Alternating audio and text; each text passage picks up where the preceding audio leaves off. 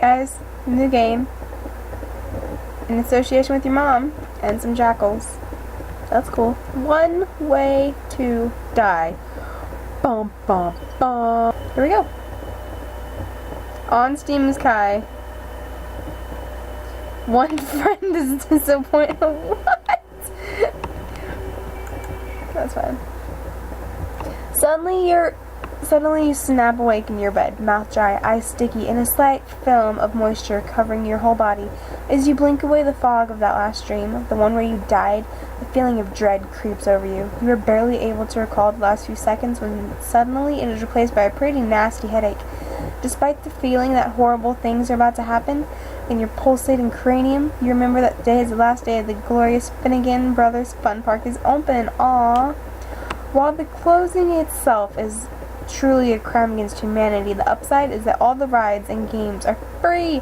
The fried foods are heavily saturated as well as discounted, and there's a chance to win your own elephant. What?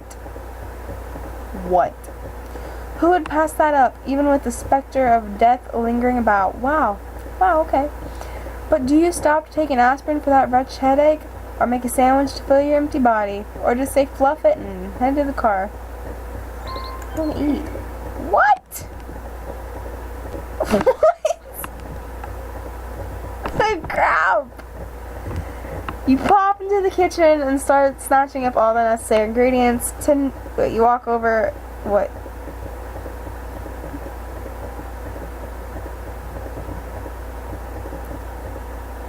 You lean forward, almost pressing your face against the door in childish enthusiasm, as the lava lamp hits an important and critical heat, then explodes forth from the microwave. What?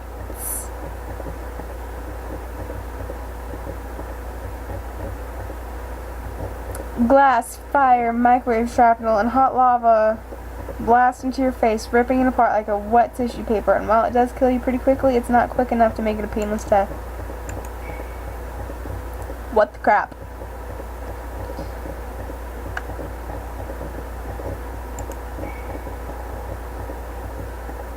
I gained immunity! Aww.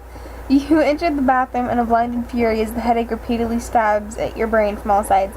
After almost giving up hope, you spot it out of the corner of your eye, lying capless on the floor behind the toilet. Picking up the bottle and giving it a swift shake, you're rewarded with 6 little pills that you try to swallow, mustering what saliva you can in the process. The majority go down easy, but the last one just happens to get lodged in your throat a bit, causing you to hack and cough. It even hurts a little bit as you begin to worry about choking on it. Luckily, it dryly finds its way down to your stomach. Washing it down further with some foul-tasting sink water seems to help. That was a close one, you think, as you wash your face in the sink. Okay, maybe you're just being a bit paranoid about that. A smile crosses your face as you remember there's no time for such dark thoughts. It's Fun Park's last day. Now let's go. Okay. You head downstairs at lightning speed, fueled by the desire for cheap food and free rides, not to mention a possible free elephant. I just don't believe any of this. You accidentally skip over one of the middle steps and almost lose your balance. Stumbling, you immediately grab onto the railing, which saves you from tumbling down the stairs into quite a lovely solid oak door that you had installed last year. For your own safety, you decide to descend a little bit slower. That's good. That's real good. Anyways, as you make it to the bottom of the stairs, your belly reminds you that you should eat before leaving, lest that fuel runs out. Conflicted by your love for Fun Park and your body's need for energy, you stop at the bottom of the stairs. You've eaten a sandwich! This will prevent hunger-related deaths. Okay.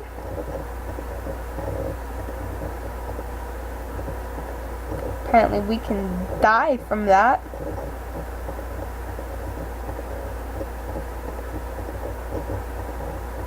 That's great.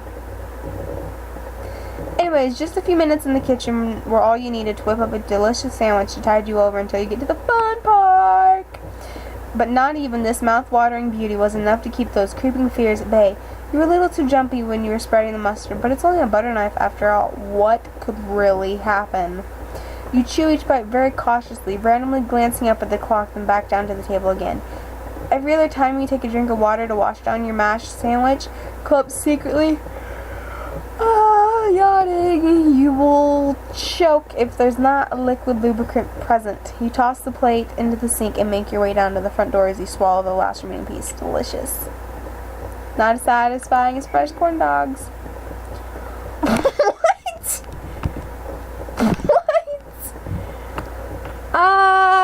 You come out of the front door full of optimism that you may actually make it to the phone parked unscathed. Oh, that foolish optimism. As you meander up to the car, you notice a swarm of people running down the block, and many screaming at you indecipherably. You watch them go past and shake your head, assuming they were some random band of lunatics. Then you see the cloud rolling in. But it's not just any cloud.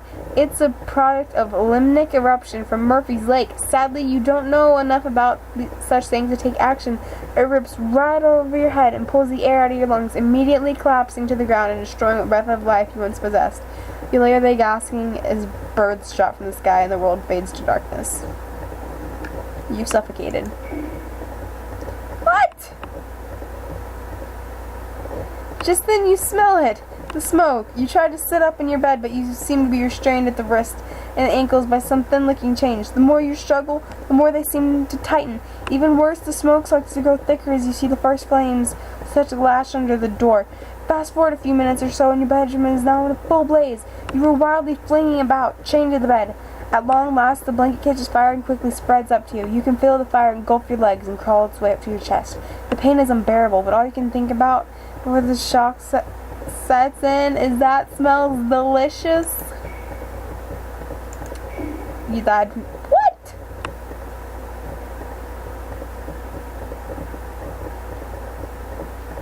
Snatching the keys off the hook and jamming them into your pocket, whipping the door open, you dash out to be stopped and repulsed by a rather large series of spiderwebs spanning the doorway.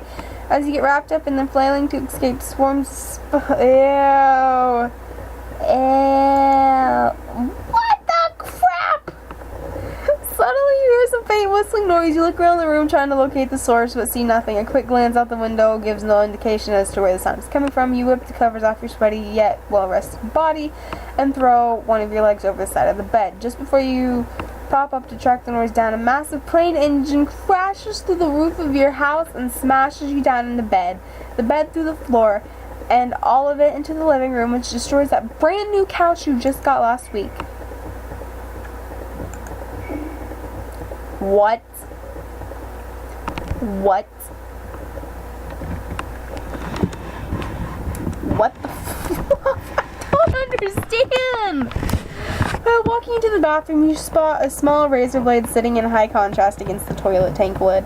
The fear that begins to whisper to you again as you wander over and pick it up gently, running your thumb over the edge to test it. And yep, it looks pretty darn sharp indeed. You think to yourself while a massive drop of blood forms on the line. You hold the razor blade near your wrist and brush it lightly.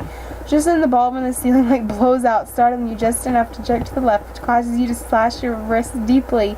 The razor drops from your hand as blood gushes from the other. You take a step backwards but slip, and a fresh pool of blood near your feet, falling to the floor and then curling up in a ball, you drift off into the darkness as you bleed out through the massive wound on your hand and wrist. What the crap? I died! Upon sitting up, your throat begins to tickle as if a small feather had gotten loose, and there, and failing to stifle, you begin to cough. As your air begins to run out, you pull out your own throat, clawing like a maniac. Blood begins to spray out with each ragged hack now, trickling out your nose as well. Your vision begins to blur, then everything fades to black. What the crap? What the bluff?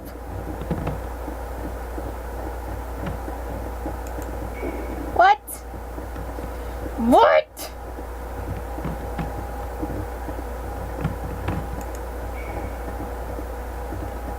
You're fine. You whore. You creep around the corner and look suspiciously down the stairs. Everything looks to be on the level, or as far as you can tell. You slowly walk down the first 5 steps, then stop to check again. Nothing. You then clear another 10 steps and look out into the living room. Nope. Nothing going on in there. Same old house as when you went to sleep. You let out a relieved sigh and run down the rest of the steps. Perhaps you spoke too soon. Maybe you were feeling really paranoid last night, but at some point you must have set the home security. Why? Because you get to the bottom of the stairs and over to the front door. You spring the trapdoor pit. Yeah, you have one. The little 3x3 door opens and you plummet into the pit of spikes below. Crap, it really works. You'll be fine. Ooh, ooh, ooh, ooh, ooh. Disarm trap. Yes! I haven't even read what it said. Oh god. Oh god. Oh god. What? You cruise out the front door with the fun park on your mind. Without missing a beat, you get into your car and back that big, bad B-turd out of the driveway. After straightening it out into the street and nudging the neighbor kid's bike, you go flying down the road at slightly over the speed limit just as his bike tumbles over. It seems like nothing can stop you now. As you pull up to the first red light, you realize that you are low on gas. Perhaps critically low if you weren't careful and coast most of the way. You press that fancy button that gives you an estimate on when you run out, and it seems to be enough to make it to the fun park and back. Barely, maybe. Looking up from the dash, you see a gas station on the corner adjacent from you. For whatever reason, while sitting at the light, you think you should call the tree trimmers and have them take down that big darn tree disarm trap. What? And filling your barely efficient car with overpriced fuel, you then realize there is no way the food vendors are accepting credit or debit cards. You'll need cash and lots of it. So after the car's filled up, you $300. The second catches in your hand, a filthy blade slips into your back and right between your two ribs, just enough to tickle your lung.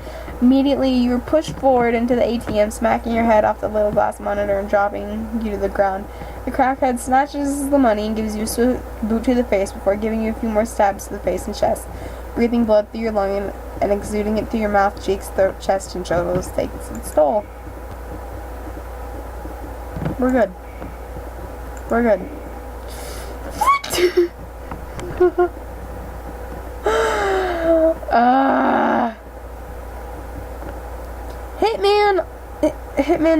Hitmen aren't the brightest sometimes, and unluckily for you, they got the wrong address. An innocent enough mistake, right? But as a result of this error, parts of your body and car are spread all over your lawn and that of the neighbors, even those a-holes who live across the street, the ones who caught the cops on you that time. So, small victory for you, kind of, and as if it's an additional consolation, the hired killers are going to get a stern talking to you for botching this hit. Let's just go. What? No time to waste! You scream as you hurry to the front door. You check your pockets en route to make sure you have your keys and every scrap of cash you possibly own. Once you are satisfied, you put your shoes on and jam the laces down inside them, since they are probably going to take too darn long. You glance back one last time to make sure the lights are off. As far as you can see, you won't want to waste the name of electricity. Just before you lay your hand on the doorknob, you hear a very fast knock, then nothing. You hesitate for a second before swinging the door open quickly. Just as you are in full view, a Molotov cocktail blasts you square in the face. The fire spreads from you. What? The fire spreads from you to the immediate vicinity of the front hallway. You lay screaming as shock sets in. Really? What? We're fine. What? Oh my god.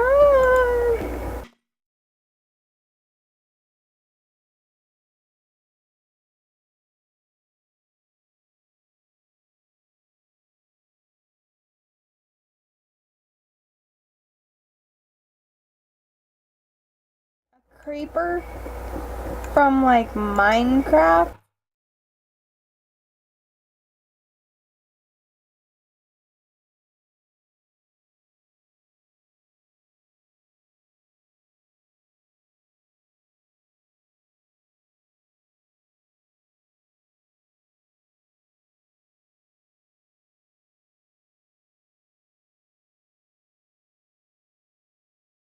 I've given up on you, but You jump onto the freeway, crank up the radio, wind down the windows, and speed off towards the fun park. Weaving in and out of traffic while going well above the speed limit isn't the safest, but when you desperately need to get somewhere in a hurry, it's the way to go. But some a-hole pulls out in front of you, going about half your speed and causing you to jerk the wheel to the right. You kind of unintentionally cut off an elderly lady who didn't take kindly to that.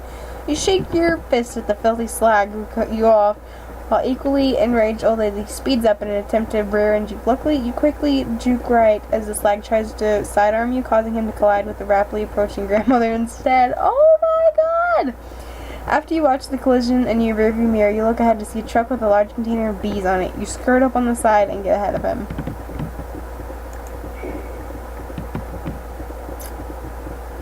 Are you kidding me?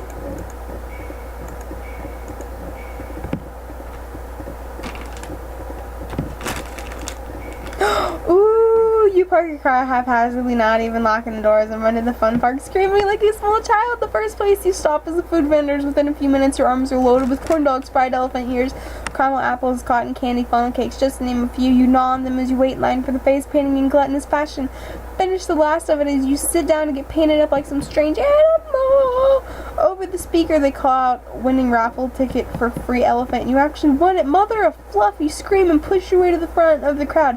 Bill Finnegan tells you that the elephant will be delivered to your house tomorrow. You hug him and his brother.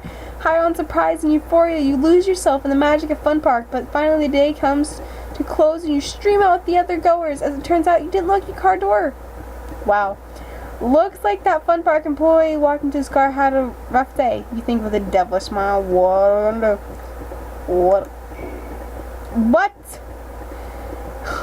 God. Ugh. Now that was a spectacular end of the Fun Park existence. Those memories will forever be seared into your mind for all of time, or at least till you die, which in your paranoid fashion you assume will be today. You merge into traffic like a maniac, picking corn dog remnants from your teeth as you weave your way into the left-hand lane. And just then, your eyes glance down at the gas gauge, only to realize that it's just not hitting empty. The car lurching to a stop confirms it. You let out a sigh as cars fly past you, honking angrily. Yep, should have stopped to get gas. You know what? We would have died. We would have died.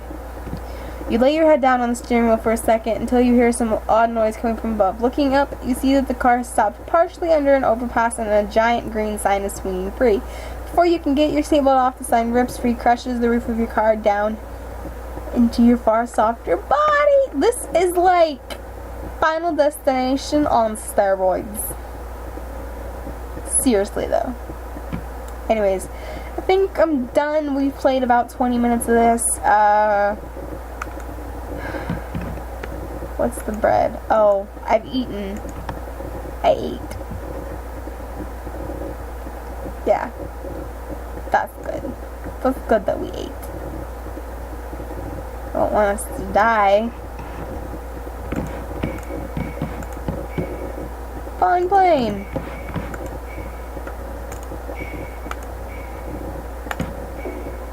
Killed by a freaking robot.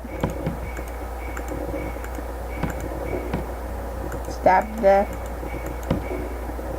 Punctured by metal pieces. Burned to death.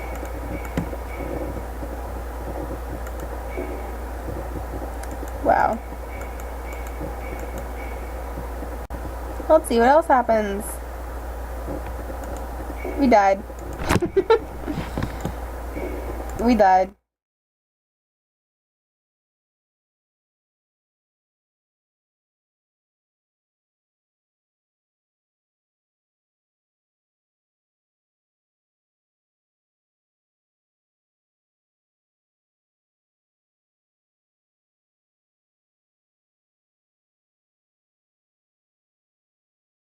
To the gas station is a meaty dust rolling through the balls. Talking to the balls. Rolls into the bowels.